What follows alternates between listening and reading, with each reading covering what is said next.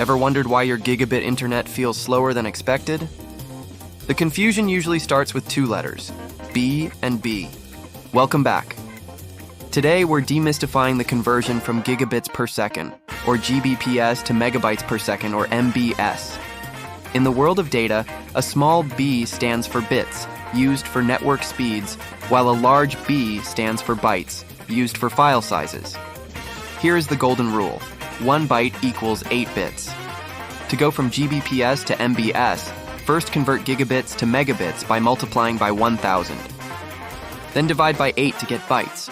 Simply put, multiply your Gbps by 125. Let's look at examples. A 1 Gbps fiber connection equals 125 Mbits. Have a 2.5 Gbps port? That's 312.5 Mbits. And a massive 10 Gbps backbone reaches 1,250 Mbits. This is crucial for understanding how fast that 50 gigabyte game will actually download or how much bandwidth your NAS setup needs. Calculating manually is a hassle. Need the answer instantly? Use the free Sarkaritools Gbps to MBS converter. The link is in the description. Like and subscribe for more tech tips.